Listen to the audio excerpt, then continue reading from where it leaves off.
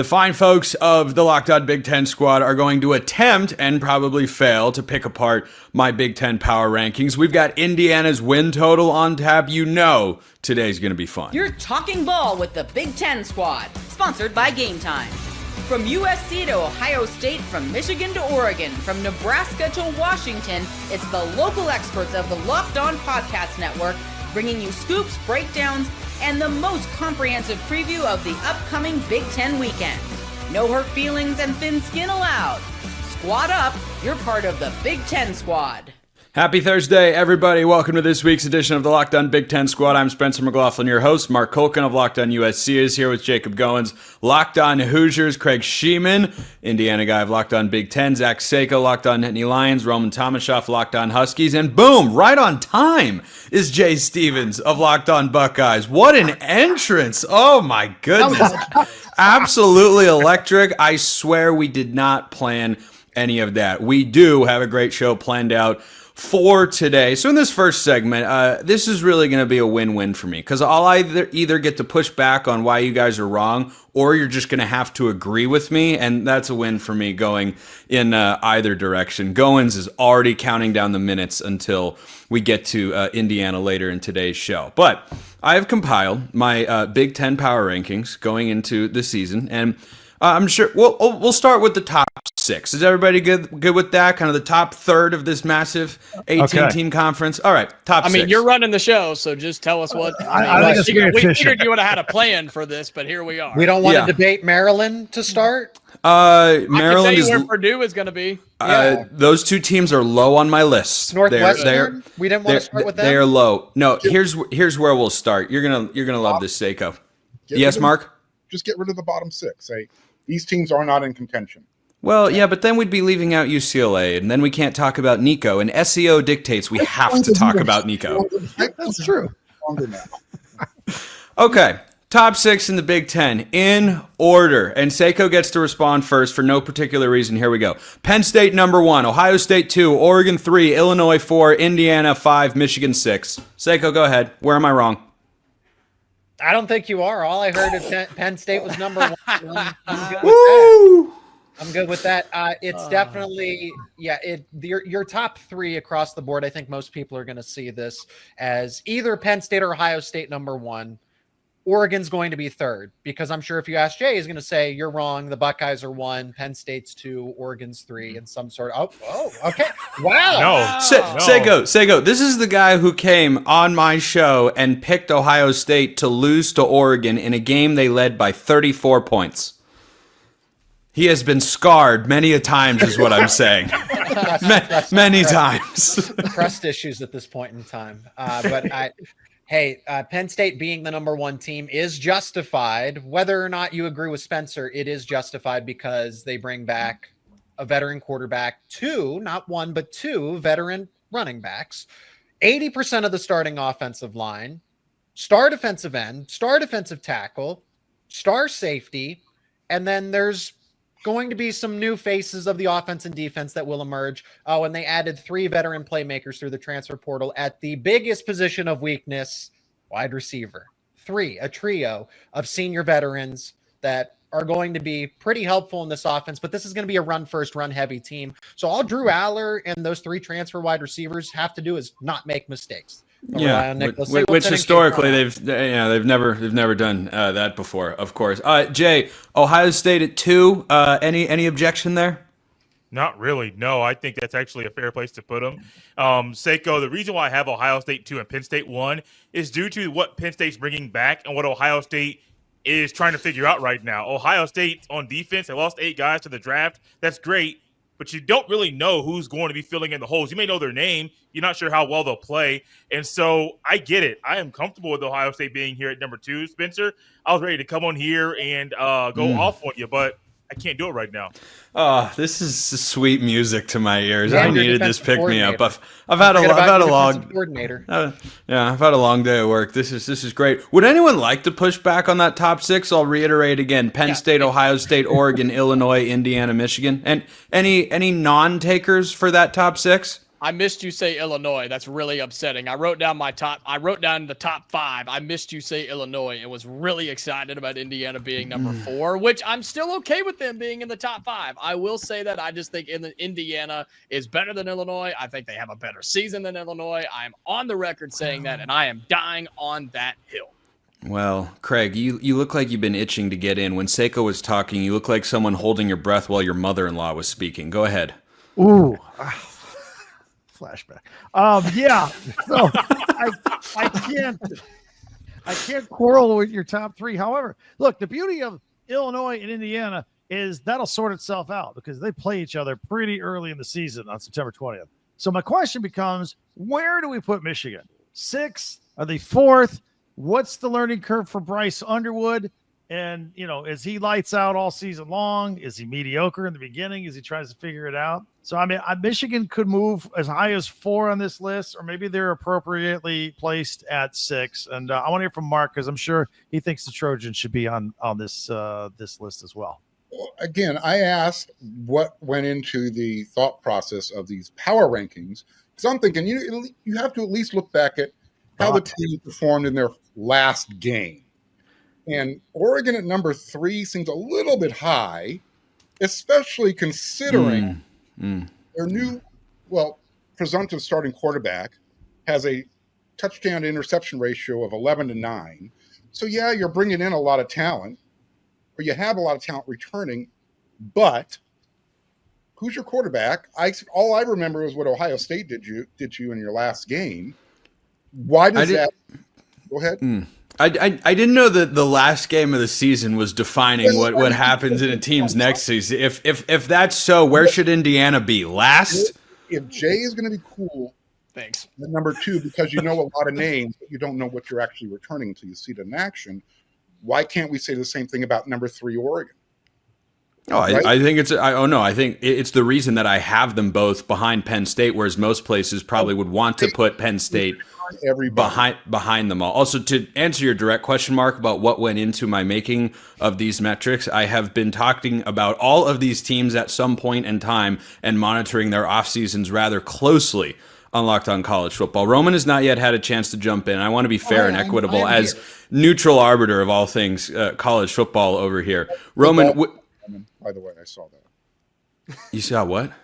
I saw his golf clap. He was supporting what I was saying. Oh, okay. Well, anyway. Yeah, I certainly have my questions about Dante Moore, and maybe, especially this flag behind me here has nothing to do with it. Maybe I'd flip Oregon and Illinois when we talk about returning production and all those different things. That's something I would just throw out there because the main gripe is I want to go back to something Craig said, where Craig mentioned, what if Bryce Underwood is mediocre through the first couple of weeks of the season and you drop a game that you shouldn't? That's something that is really just giving me pause when I think about Michigan this season. Is I'd never be comfortable throwing out a true freshman starter in week 1. And great, you have some runway to figure it out in the non-conference slate. But that's just something I will always just be a little bit reserved by, is especially placing somebody that high in the top third of what really could be a really deep conference this year. Craig, any additional thoughts in there? I think that's spot on. I think that's a pretty good take right there, especially the part we said. I agree with what Craig said earlier. I thought that was pretty good. I want to know what Mark's drinking in that giant bottle of his. That looked pretty good too.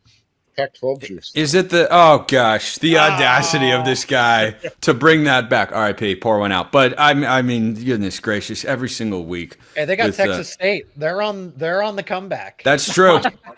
That's true. They're getting into the Lone Star State there. Look out for the Pac State, as some have referred to it as. We are going to refer to the rest of the show as still to come, because indeed it is, and it's going to be really fun. We've got the next 6 teams in my Big Ten power rankings, and any disagreement, where will Washington fall? They definitely won't be last. No, they're 17th. No, they're not 17th. They're 16th. So that and Indiana's win total coming up next on the Big Ten Squad. First, this episode brought to you by Monarch Money. Ever wish managing your money felt easier? And well, with Monarch Money, it can. Whether you're growing your savings or planning a big purchase, Monarch puts you in the driver's seat. It's like having your own personal CFO, giving you full visibility and control over your finances. Monarch Money is more than a budgeting app. It is a complete financial command center. You can track all your accounts, investments, and spending in one place. So in addition to managing your money, you're also building wealth. Do you have that one financial goal you've been wanting to reach for a while? Maybe cut back on your spending, maybe save a little bit more, whatever it is. Monarch Money is here to help you get serious about it. Take control of your finances with Monarch Money. Use code LOCKEDONCollege at monarchmoney.com for 50% off your first year. That's monarchmoney.com. Code LOCKEDONCollege for half off your first year. Check them out at monarchmoney.com. So after basically universal agreement that I nailed the top 6 in the Big Ten power rankings, we'll proceed with the next crop of teams. And Mark, I do factor in head-to-head matchups from last year, unless there has been like a significant undertaking in one side or both sides with the rosters. It's why Ohio State and Oregon both beat Penn State last year, but Oregon and Ohio State lost so much. Penn State brings so much back. They should be viewed as a top team in the Big Ten in my view. So with Michigan at number 6, next crop, Iowa, Minnesota, USC. Sorry, Marcus, the head-to-head difference. Washington, Nebraska, Michigan State. Well, if it's the head-to-head difference, then Washington should be above USC. Yeah, but there are other circumstances in there. Unless it fits his argument. He forgot to add that. You know what? That's my bad. I did forget that. Okay, hold on. I'm reading them one more time. Iowa at 7, then Minnesota, USC, Washington, Nebraska, Michigan State. I just want the fans to understand this, that we did not receive these beforehand. If you can't tell. So it's called live reactions. We're taping this ahead of time. We want to give the fans an authentic viewing and listening experience. Jacob, try to keep up. I'm not good enough to react to 8 teams at a time. I'm not good enough. Spencer's the most authentic person here. Well, we all know that is just false, but we wish it was true, of course. So, Mark, I'll start with you. If you were making your Big Ten power rank, well, okay, I'm presuming Mark would care to learn anything about another team in the Big Ten, and that is asking a lot. But hypothetically, Mark, where do you think USC should be? 5. 5. So you would put them ahead of Illinois. Absolutely. And USC Illinois, underrated, great game in college football this year. You would put them ahead of Indiana and Michigan. Yes. You may lay out your argument now, and then Jacob will push back. Since we don't know what's going on. So I'm thinking back to last year and the games USC lost, those head-to-head matchups, which, by the way, USC doesn't play Minnesota this year. So I don't know how that comes into play this year. You brought up another team that USC lost to head-to-head that they don't play this year, that you have ahead of them. So I'm just trying to follow your rules here. I think back to how USC played last year and the games they lost on the road, how close they were and how much they improved on defense. And I think, pretty good chance USC's defense is going to be as good, if not better, than last year. I'm going to assume USC bounces back a little bit on offense. So you combine all that, I'm thinking, because the team is, besides Penn State, who returns basically everybody on their roster, everybody else is right here. What's the difference between USC and Oregon? Oregon's off a season where they just won a Big Ten championship and do indeed have plenty of those pieces back. The staff has proven that they can go and win this conference championship. Oregon That's all. is coming off a game that they just got taken behind the woodshed in their biggest game of last year. And I have them behind that particular team in my rankings for that reason. With a quarterback that's got a touchdown to interception ratio of 11-9, wide receivers that you're unsure about, an offensive line that you're unsure about. I'm not unsure about anything. You were counting on Evan Stewart this year. You're not anymore. That is true. That is true. I do love the talent in that room, though. You're kind of in a flux, and you're relying on your defense. The defense that got its butt whooped last year. So again, what is the significant difference By the national champions, you leave that part out. You act like it was on a weekly basis, but it was in one particular game against the eventual national champions. Going back to what Jay said in the first segment, you know the names, you don't know what you're getting in production. So Ohio State's getting, well, they're Ohio State, so they're going to be good. That's what you're ranking them on right now. Well, if you came into that, if you came in with that approach for Ohio State in the last 10 years, when would you have been wrong? Until we actually see it. They're starting a new quarterback. They're starting 8 new guys on defense. They've got a lot to prove. Yeah. The number 2 because they played in the national championship game. I get that. But the difference between where you have USC and all those teams above them is negligible for the reasons I just brought up. You don't know anything about anybody's quarterback or what they're going to do because of all these new players they're going to be playing.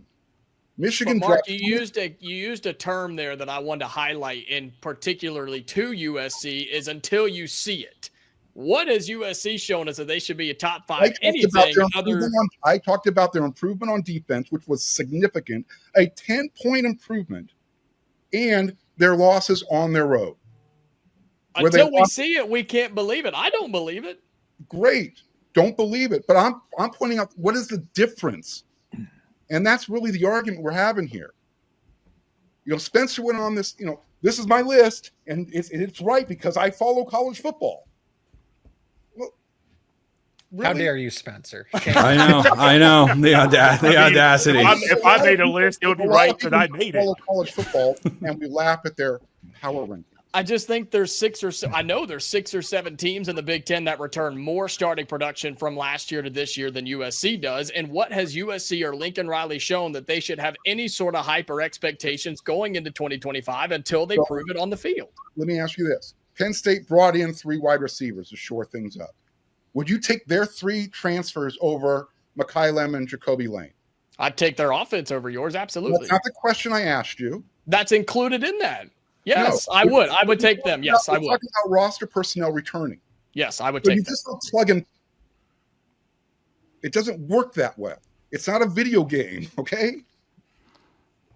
I would take them to answer your question. So that's the answer. Yes, you would take 3 transfers coming into a new system over wide receivers who are pretty damn good, who have been in the system now going on their second, third year. Because of the system, yes, I would. Carry on your conversation, gentlemen. Okay. By the way, Mark, on system, can you name the only offensive system in college football to produce back-to-back Heisman Trophy finalists at quarterback? I can. The baby's first offense in Oregon.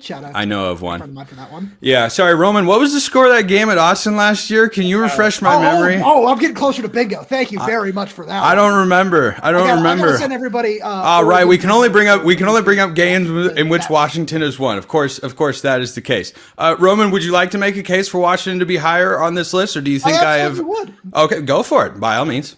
I think that Washington should be above every team on this list that's not Iowa. I think that they've made in the second tier, you mean, which just to remind everyone is Iowa, Minnesota, USC. Iowa. Boy, Trent is not going to be happy. Mark Gronowski, the savior of Iowa. No, I do. I think Washington has made all the necessary improvements on defense. You go out and you add 6 guys to your front 7 through the transfer portal. You go and get the best cornerback in the country out of the transfer portal in Takario Davis as well. I think you've made significant improvements on that side of the ball. You've shored up the offensive line. You're returning 2 Phil Steele All-Americans on the offensive side and Jonah Coleman and Denzel Boston. And then you have a quarterback who proved last season that he is ready to make the leap and be a starter full time. Yeah, he lost both his starts, but if you watch those games, you would say that kid, to quote a good friend of mine, Christian Capel, is an obvious star and is ready to make the leap and take a step forward in an offense that is pretty well suited for his skill set. That was a pretty good case. That was nice and concise. That was well thought out. That was really good from Roman. You've come a long way. You've come so very, very far. What an honor.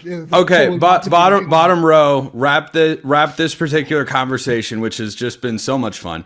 And then we will get to the real fun part of today's show. Jay, you may start. Do you think any of these teams should be swapped with others in tier 2?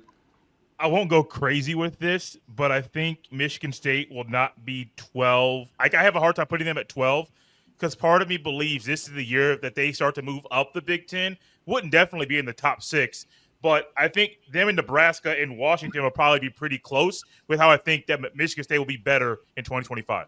Craig? I don't know what it is about me and Roman today, but we are locked in together. I would put Washington way higher on this list. Repeatedly throughout the summer on Locked On Big Ten, I have talked about I think Washington's my sleeper team. I think Damon Williams Jr. is my sleeper superstar who's going to break out this year. Every time I watched that kid play last year, I'm like, why is he splitting time with quarterback? Why is he not starting? I think he's a star. They got the solid running game with Coleman and a good receiver at Boston. I would put Washington higher on this list, maybe as high as 7th to start this list. One thing I forgot to mention earlier when we were discussing Bryce Underwood in Michigan and how big the adjustment process will be, I'm sure there will be a big adjustment for him throwing 12 passes per game. That will be pretty be pretty sizable. He'll have to be good on those 12 passes. He said this week they've added pages to the playbook. They're going to air it out. It's the air raid. So is that 12 to 15? Yeah. what are we talking about here? Well, you guys didn't see that highlight from the spring game? Like, oh, watch out for Bryce Underwood. And it was like a double verse trick play. Yeah. Like, terrifying. Who will see it coming? Nice. Yeah. All right, Seiko. Take your final shot at my Big Ten power rankings as everybody else so rudely has. There's not a lot that separates, I think, after you have Oregon and Illinois. 5 and 6 are debatable. You could put Indiana there. You could put USC there. I think Michigan maybe is outside because I think maybe they're 7th, and you could make that case for a USC, but you could also make that case for Washington as well. What does Washington have offensively that USC may not? A breakout star at quarterback potentially. Washington's running back is better, and Denzel Boston is really good. Despite Mark, I will give you the credence there that I do like Mekhi Lemon and Jacoby Lane a lot. If they were Penn State's wide receivers, they would go absolutely insane. But I agreed with Jacob that the system is better. But those individual wide receivers are better than what Penn State has versus its individual wide receivers. But system does help. So 5 through 8 are very debatable. If you said, hey, Indiana, USC are 5 and 6, okay. If you said Michigan's at 6, maybe I bump them down a couple of spots and put a Washington above them just because they do have a little more proven commodities coming back, if you will. I couldn't name a star. Who's that star running back for them? I would take Jonah Coleman over anybody that Michigan has to offer in its backfield. And the same thing with Denzel Boston. So Roman, take this and run with it. That Washington. No, he had his 6. chance. He's spoken enough today. In the top 6. So you could make that case for me. So it's okay. I think that's well laid out. I think that's well laid out. Yeah, that's I think it's time we move on. That's all I'm saying. Yeah, Goins is ready. He's been chomping at the bit for Indiana's win total. It's 8.5 on FanDuel. Under, please. All right, right into it. 3, 2, 1, ready, fire, aim. All right, Indiana's win total for 2025, 8.5. According to our friends at FanDuel. Goins, you're going to have to sit there and listen to all of us talk about your football team before you get to chime in, and then we will provide you the stage you so richly deserve. Craig. Indiana. Yeah, I've got Craig on my side. And Craig. That's true. That's true. Yeah. We got 2. He He committed. Huge 1-star offensive lineman out of the Midwest going to the Hoosiers. Preferred walk-on. No, it's 2025. We got rid of walk-ons because we're paying people. Yeah, you need to get your revenue share, Craig. You are getting your money, baby. We just had a commitment on the squad. That's a first. That is a first. That is a first. That's a great decision, young man. That you're going to be very happy with your decision. Yeah, he hits the portal in less than 2 years. Okay, so Indiana 8.5. They to me are a classic pullback team. They had a beneficial schedule. I lobbied for them to get into the playoff. I'm glad they did last year. Thought they got screwed a little bit in the rankings, but alas, you've got Illinois at home. You've got to go at Oregon. You've got to go at Iowa. You've got to go at Penn State and not stumble anywhere else. Under 8.5 wins for Indiana. At my own peril, I am going to fade Kurt Signetti here. Mark, you may start things off for the gallery. Yeah, I'm just hoping that Indiana's ready to play Illinois after that brutal gauntlet opening 3 weeks ago. It is tough. Old Dominion. This is embarrassing. Old Dominion, Kennesaw State, and I actually appreciate the Indiana State thing there. Rivalry game, I get it, but still not Division One.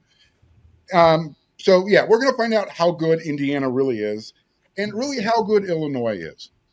Everyone's jumping on the Illinois bandwagon. They won how many games last year?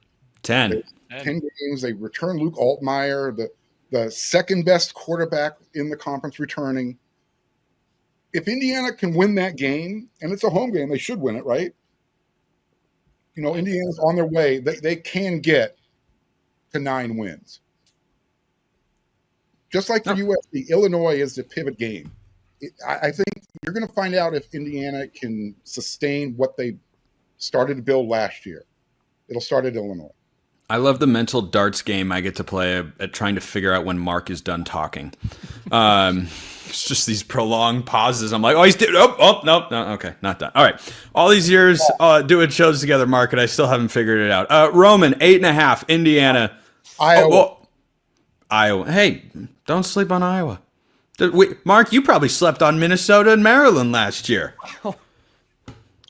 I've kind of been wavering because I think that Iowa game will be the defining game of the season. I think that Indiana, I like what Signetti's doing. I think they can beat Illinois at home. So I really think when I look at the schedule, it's going to come down to that Iowa game as to whether you're going to go under or over. You know what? I think they win that game. Jacob, I'm with you. Let's take the over. Roman's just out here kissing rear ends all show long, just getting Craig in his corner. Now you got Goins on his side.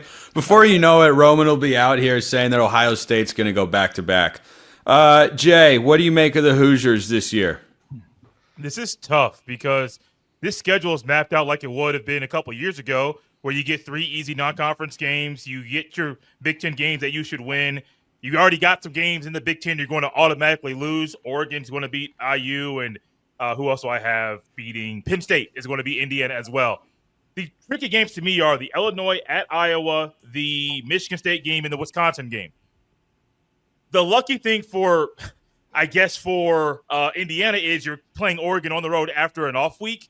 The tricky thing is it's on the road at Oregon. I want to go over so bad, but I have a hard time buying into Indiana doing this back-to-back seasons for the first time in school history.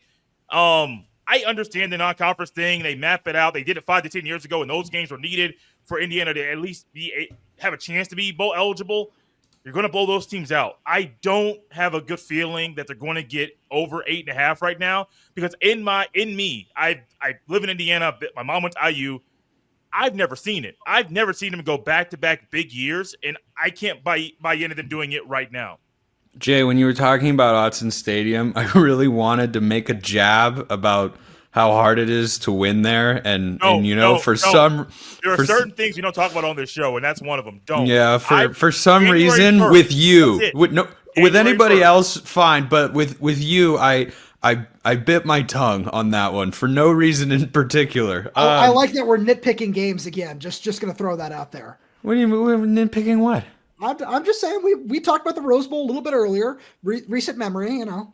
Oh yeah, I brought this up because I said I was going to make a jab at Jay about you lost to Autzen, and I didn't do that. Okay, Craig, we'll get back to you. And Craig, you're gonna go before Jacob. The Indiana folks have to wait and listen to the slander and the tomfoolery from the crowd here. So Seiko is next. So I mean, breaking in a transfer quarterback is still, you're going to have to get used to the chemistry. That's what I'm looking at because this schedule just does not lay out well for Indiana. Those games that are toss-ups, Illinois, Iowa, and I think to an extent because Indiana is good, but playing at Oregon obviously doesn't help them. Those games all back-to-back like that, when your QB is still going to have to get used to the system and the players around him. If those were at the back end of the schedule, I'd feel more confident to say, yes, this is a 9-3, a 10-2 team. But because this is so front loaded, where you're not going to know anything about yourself, you're not going to learn anything new against Old Dominion, Kennesaw State, Indiana State. That's where those 3 opening games really don't help the Hoosiers, because you're not going to learn anything about yourself. So Illinois is that first game. Illinois is bringing back the veteran quarterback that's been there for multiple years, that's shown progression each and every single year. Then you got to pivot and go on the road to Kinnick, and then you have a bye week, but then you got to go on the road to Oregon. So there's a chance they could go on a 3-game losing streak and then settle in. But by that time, you already have 3 losses potentially under your belt, with Penn State waiting. This is an 8-4 team based on that. Woo! Woo! Welcome to the club. Welcome to the under club. Jacob's puffing his chest out. Proud of you. All right. It's not the team's fault. It's the way the schedule sets up. Those teams are in the back end. I think Indiana beats them because they would get better, but you can't help the way the schedule. All right. Craig and Jacob have waited patiently. Craig, the floor is yours. First of all, Jay, what year did your mom graduate? She might have been my classmate there back in the day. You just committed.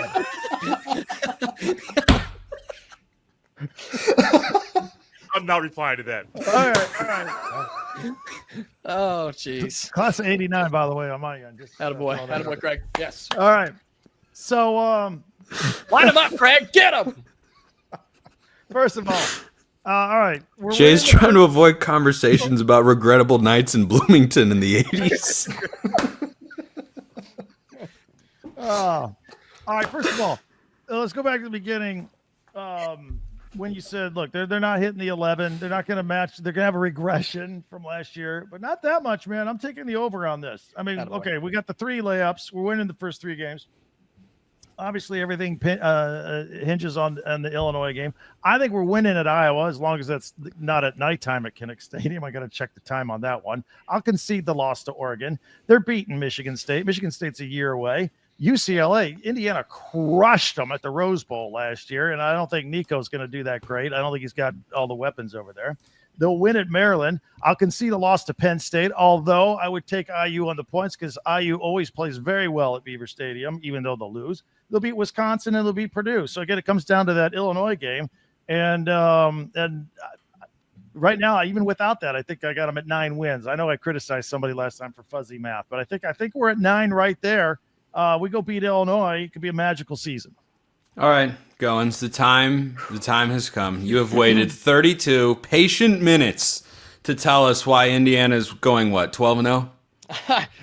Well, it's funny because Craig actually hit on a lot of the things that I wanted to say. I look at the schedule. That is tougher than it was a year ago. Regression is imminent. We know that. But my gut tells me 10-2 right off the rip. But that is hard to ask for. But I think 9-3 is an absolute possibility, and I think it's borderline the standard. Yes, the non-conference schedule sucks. We get it. Let's move on. We're going to be 3-0 there. I think the Illinois game, and I actually have done a crossover with our buddy Sonny at Lockdown Illini. That's a make-or-break game for both teams that could really impact what the Big Ten looks like in the postseason. I think it being at home, I think Indiana wins that game. We will split Iowa and Oregon on the road. Better chance. Whoa! You think you're just going to walk into Iowa and win? Yes, and look, I'm not trying to say that Indiana has the ability to go on the road to Eugene or to Penn State and say we get wins. So just chalk those up. Iowa, they can't score more than 10 points, and Indiana proves that they can. So Indiana's going to get that one done. Michigan State, UCLA, bad. Maryland, bad. Penn State, there's the loss there. Wisconsin won't have a head coach by this time, and Purdue always sucks. Isn't that right, Craig? So 9-3 at minimum for the Hoosiers. Slam the over. Put your rent on it. Put the mortgage. Put the college fund. Indiana's going over 8.5. Put the rent on it. I think I have to give a legal disclaimer that we don't endorse betting more than you're allowed to lose. And if you do, gambler. What? Go to FanDuel.com right